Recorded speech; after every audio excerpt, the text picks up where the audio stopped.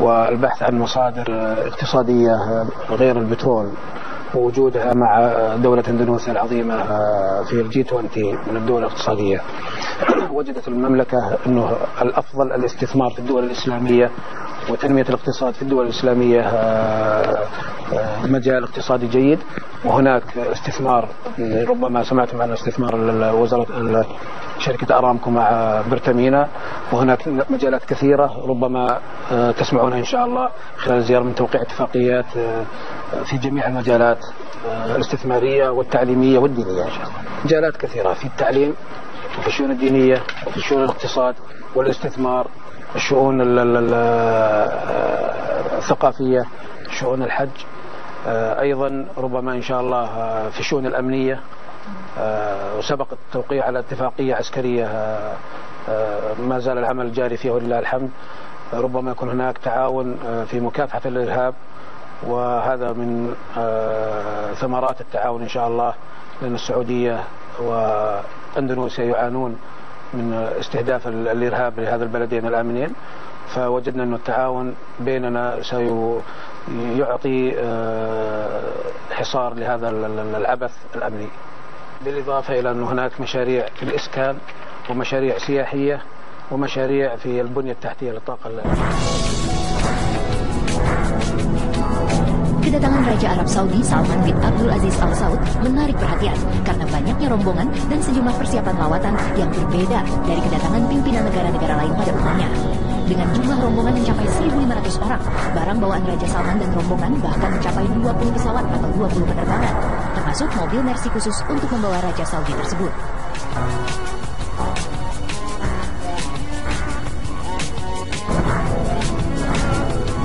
Dua unit Mercedes Maybach S600 telah tiba di Bandara Internasional Igusti Ngurah Rai Denpasar, Bali.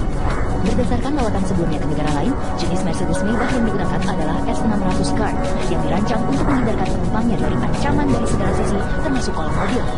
Kaca mobil ini dibuat dari bahan aramid dan komponen plastik serta dilapisi polikarbonat yang tahan lontaran serpihan.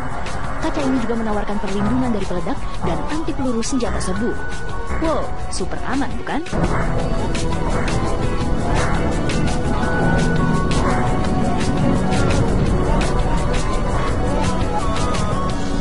Jangankan fasilitas kendaraan, tangga pesawat pun khusus didatangkan dari Arab Saudi. Tangga tersebut berwarna putih dan berhiaskan kaligrafi emas di bagian atasnya. Tangga motorik tersebut memiliki fungsi yang sama dengan eskalator, sehingga sang raja tak perlu banyak-banyak melangkahkan kaki saat turun dari pesawat. Apalagi usia Raja Salman telah menginjak 81 tahun.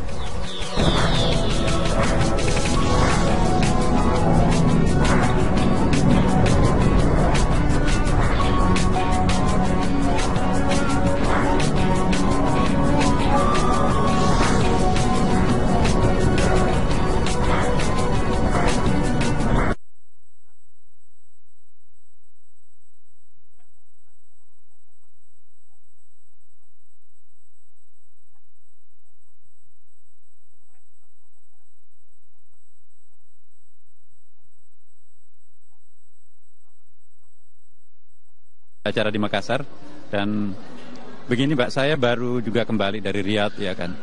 Sempat ngomong-ngomong dengan beberapa kawan-kawan di kalangan akademisi dan pengusaha di Saudi Arabia ya. Saya juga bertanya kira-kira apa yang menjadi motif kunjungan raja sedemikian lama dan sedemikian jumlah besar yang akan berkunjung. Kalau informasi terakhir itu bisa lebih dari 1.000 orang ya. Bisa sampai 1.500 dengan kekuatan pesawat besar, lebar dan menengah itu sekitar lebih 10 pesawat ya kan. Nah kalau kita lihat hanya 3 negara muslim atau negara mayoritas muslim yang masuk dalam negara G20. G20 yaitu pertama Indonesia, Saudi Arabia dan Turki. Nah kita tahu seperti yang disampaikan tadi teman kita bahwa memang investasi Saudi Arabia itu di Eropa dan di Amerika itu cukup besar. Tapi sepertinya juga perkembangan terakhir ini banyak dari kalangan swasta Saudi Arabia dan kalangan pengusaha Timur Tengah yang lain merasa nggak nyaman dengan kehadiran Presiden baru Amerika sekarang ini, sehingga dengan demikian mereka mencari tempat mana kira-kira yang paling bagus untuk melakukan investasi. Nah kalau kita hitung negara-negara muslim yang paling aman di seluruh dunia sekarang ini, ya kawan-kawan saya di Amerika itu ada beberapa Saudi Arabia di Riyadh itu kami ada seminar baru-baru ini, mereka menyebutkan bahwa tempat yang paling aman sekarang ini adalah Indonesia.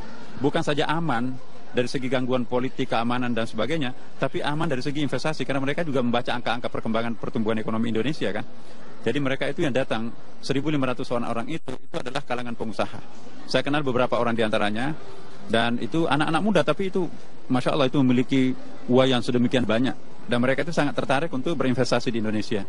Nah jadi kunjungan Raja Saudi nanti besok ini itu ada beberapa kesempatan yang betul-betul perlu kita manfaatkan, terutama dari para pengusaha.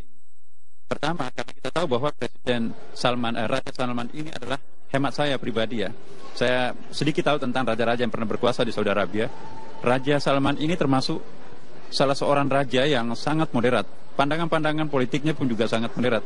Makanya itu terjadi modernisasi di lingkungan universitas-universitas yang ada di Saudi Arabia. Kita tahu banyak pergantian rektor, kemudian juga banyak pergantian dekan-dekan, ketua-ketua jurusan bahkan.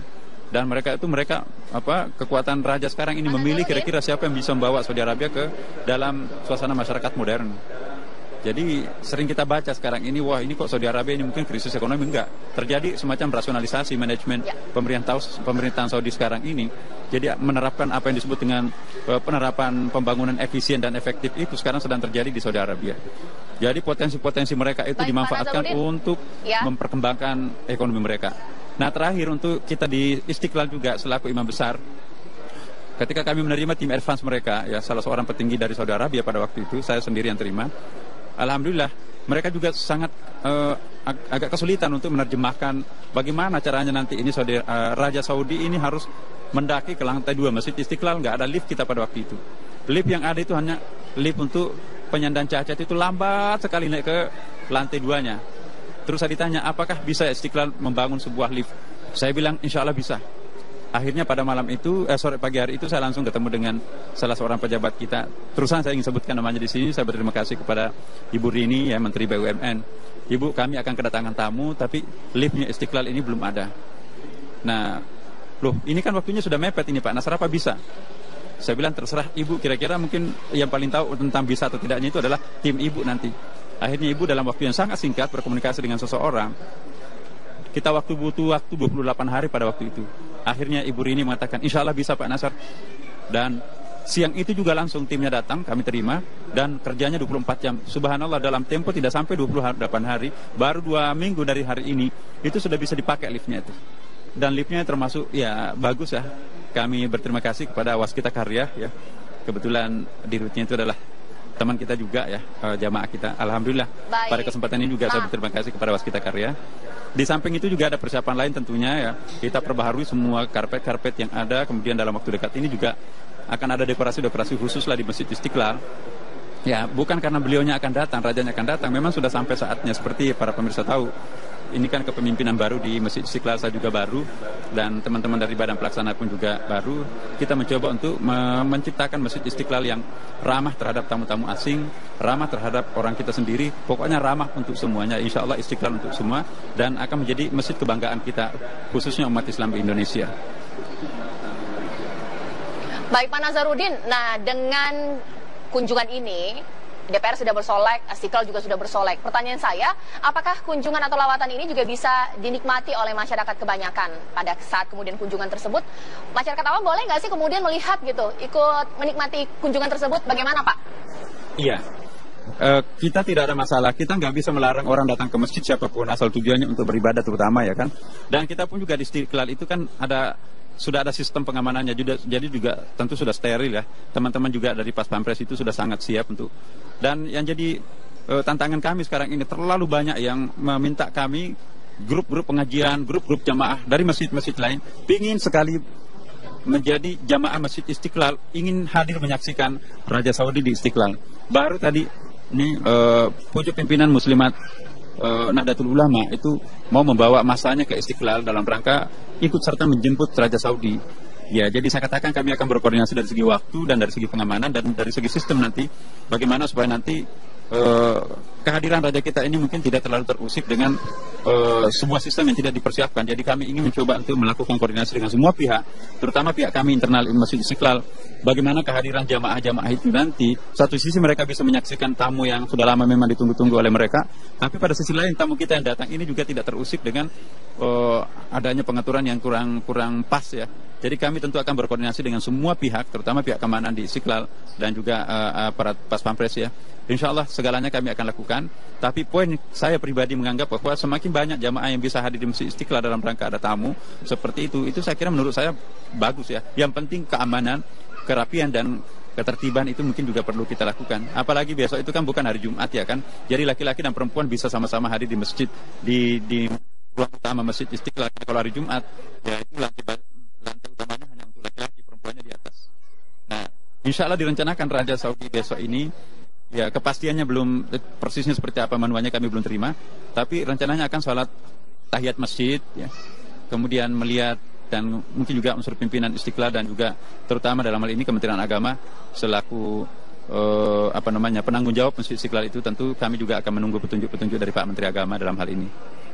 Berikan dampak positif secara politik atau juga ekonomi. Tadi kan sudah sempat dibilang, nggak punya teman mungkin di Arab, mungkin cari temannya di negara-negara Asia, khususnya Indonesia gitu ya. Kuota haji salah satu yang kita harapkan ini menjadi lebih clear deh ya, seperti itu. Ya, saya kira sebenarnya persoalan kuota haji itu kan dari sisi kepentingan nasional itu adalah sebenarnya nomor sekian. Karena yang utama kan adalah bagaimana kemudian membangun ya hubungan dengan Arab Saudi, kemudian menempatkan prioritas ekonomi ini pada nomor satu.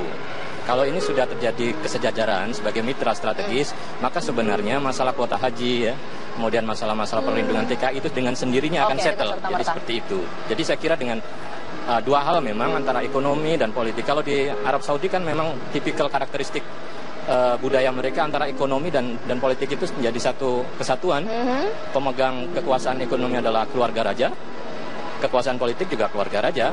Artinya bahwa mereka yang datang ini mengemban dua misi, ekonomi dan juga politik, karena mereka kan satu kesatuan dalam keluarga. Indonesia kan sepakat untuk mengambil gerakan non-blok, tidak memihak blok-blok manapun. Kita tapi tahu cukup dekat dengan Iran. Tapi Iran dan Arab Saudi ini menjadi ekstensi yang berbeda.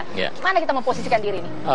Jadi kita kemudian, tadi kita bicara masalah ekonomi ya. Kemudian sekarang kita bicara tentang bagaimana kondisi politik regional ya. Kalau kita ketahui kondisi terakhir memang Iran sedang ekspansif ya. Kekuatannya cukup kuat. Kemudian dibantu oleh Rusia ya, yang sedang bangkit ya, masuk ke wilayah-wilayah di Timur Tengah. Sementara Saudi yang memiliki teman setia Amerika, sebenarnya kan Amerika pada pemerintahan Trump ini mulai menarik diri.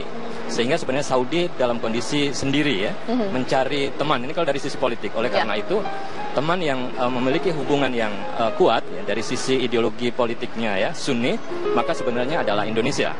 Hingga Indonesia kemudian menjadi alternatif ya di balik kunjungan untuk mencari teman, karena juga pendekatan Iran terhadap pemerintah Indonesia juga sangat intensif ya. Ini juga saya kira juga dibaca oleh Arab Saudi bahwa Arab Saudi tentu tidak mau ketinggalan ya dengan terobosan yang dilakukan Iran misalnya. Maka kemudian sekarang kita lihat ya betapa kemudian Arab Saudi ini all out ya, raja dengan 1.500 delegasi ya, ada 10 menteri dan 25 pangeran. Ini kan suatu jumlah yang sangat besar yang jarang dilakukan oleh negara manapun kecuali Saudi ini. Oke, kalau misalnya kita melihat ya, sudah cukup tepatkah kita kemudian dalam menyambut kunjungan kenegaraan, atau mungkin karena ini raja dan kita juga muslim mayoritas banyak di Indonesia gitu ya, terasa porsinya sedikit berbeda atau mungkin sedikit luar biasa, bagaimana melihat? Saya kira begini ya, kita melihat Saudi dalam hal budaya politiknya itu ada dua hal ya, bahwa politik Saudi itu bersifat kekeluargaan dan kepercayaan. Oleh karena itu ya persoalan bagaimana kemudian menyambut Arab Saudi memang juga harus disesuaikan dengan prinsip mereka yang bersifat kekeluargaan dan membangun kepercayaan. Oleh karena itu kalau kemudian prinsip-prinsip kekeluargaan ini bisa dijalankan dan ada kepercayaan di dua belah pihak, maka ke depan saya kira lebih prospektif. Tapi tetap saja bahwa posisi Indonesia ya adalah sebagai negara yang bagian dari non-blok yang punya politik bebas aktif gitu ya, sehingga tidak mendukung secara penuh pada kubu tertentu, tetapi pada posisi yang bebas aktif itu. Nah, posisi ini saya kira kemudian menjadi penting. Oke, kalau misalnya kita melihat ya dengan konteks permasalahan Indonesia yang saat ini terjadi nih Mas ya, sekiranya kunjungan ini bisa memberikan angin segar nggak untuk Indonesia? Ya, tadi itu dari sisi investasi akan memberikan nilai yang sangat positif ya, karena kita juga tidak bisa menduga secara pasti bahwa berapa nilai yang akan diinvestasikan, tapi dengan bahwa nilainya sangat besar, itu pun juga akan bisa saja tiba-tiba kemudian berubah menjadi meningkat ya, tergantung apa yang terjadi pada saat kunjungan, atau sebaliknya dalam posisi yang stagnan. Nah ini saya kira harus dikelola dengan baik. Sebenarnya Indonesia mau bagaimana dia mampu untuk mengambil posisi pendekatan ekonomi ya. Kalau dulu kan pendekatan kita dengan Saudi kan lebih banyak pada pendekatan keamanan. Nah ini yang kemudian menghambat komunikasi ya, yang selama bertahun-tahun itu, dan baru